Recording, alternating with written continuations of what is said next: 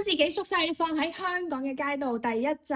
今日我哋去黃金海岸，記得留到最後睇製成品啊！咁我突然之間咧就好想試下咧帶我啲紙放喺真實嘅香港街道度拍攝。咁我帶咗之前剪嗰320張紙出去啦。出街拍 stop motion 原來比我想象係難好多。首先咧，其實啲風咧係成日吹亂啲紙嘅，跟住咧個天咧仲一時光一時暗咁。基本上咧所有 stop motion 最唔想出現嘅嘢咧，全部都出現晒。反而我覺得好正。而家咧 AI 做出嚟嘅畫面咧已經太完美啦。我而家反而咧更加中意呢一種有人手嘅痕跡啦，有瑕疵嘅感覺，因為呢一個先係我哋真正生活緊嘅世界。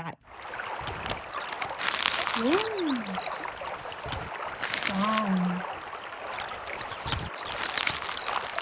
大家有冇發現條片越拍越暗啊？因為個天咧真係越拍越多烏雲啊！如果你都中意我呢個新系列嘅話，記得 like 同埋 follow 我啦！我哋下集見，拜拜。